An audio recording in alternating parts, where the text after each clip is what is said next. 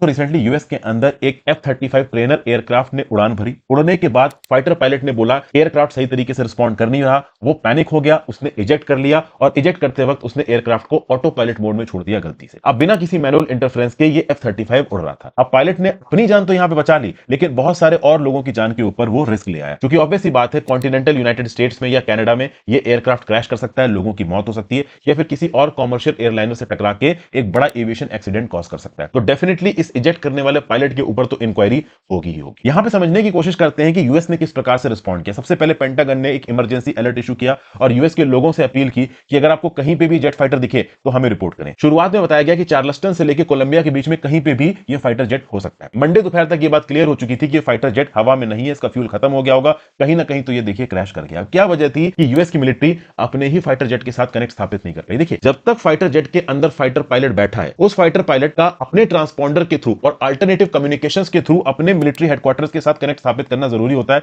इसके बहुत सारे एवेन्यूज होते हैं। नॉर्मल कर एक एयरफोर्स इस कंटिजेंसी के लिए तैयार नहीं होती है कि उस कॉकपिट में उनका आदमी बैठा ही ना हो। अब इस पर्टिकुलर सिचुएशन में यूएस के लिए ये F-35B एक स्टेल्थ एनिमी एयरक्राफ्ट के बराबर हो चुका था। इसकी जो स्टेल्थ कैपेसिटी थी ना, यही यूएस मिलिट्री को रोक रही थी इस एयरक्राफ्ट के साथ कनेक्ट स्थापित करने में। ओवरऑल जो ट्रांसपॉन्डर है इस F-35B एयरक्राफ्ट का, पेंटागन ने रिपोर्ट किया कि ये काम नहीं कर रहा। और दोस्तों एनिमी रडार्स को अवॉइड करने के लिए इस एयरक्राफ्ट के ऊपर बहुत सारी ऐसी कोटिंग्स होती हैं जो कि रडार सिग्नल को या तो किसी दूसरे डायरेक्शन में डिफ्लेक्ट कर लेती हैं या उनको पूरी तरीके से अब्सॉर्ब कर लेती हैं। तो यहां पे ट्रांसपॉन्डर काम नहीं कर रहा या फिर F-35B का स्टेल्थ सिस्टम बहुत अच्छा है, इस बात को लेकर अभी के लिए कोई रिपोर्ट नहीं है। आशा करता हूं ये वीडियो आपको पसंद आई होगी दोस्तों। इस प्रकार की और नॉलेजफुल वीडियोस के लिए आप मेरी वेबसाइट www.harshitdwedi.com पे आ सकते हैं। मेरी ऐप हर्षित द्विवेदी एजुकेशन को एंड्रॉइड और iOS से डाउनलोड कर सकते हैं। और अगर आप यूपीएससी की तैयारी कर रहे हैं तो यूपीएससी टेलर्ड मेंटरशिप कोर्स को रेफर कर सकते हैं। उसके साथ साथ ethics through examples and formulas का एक कोर्स बनाया है मैंने जीएस पेपर 4 के लिए, इसको भी ऑप्ट कर सकते हैं। Thank you for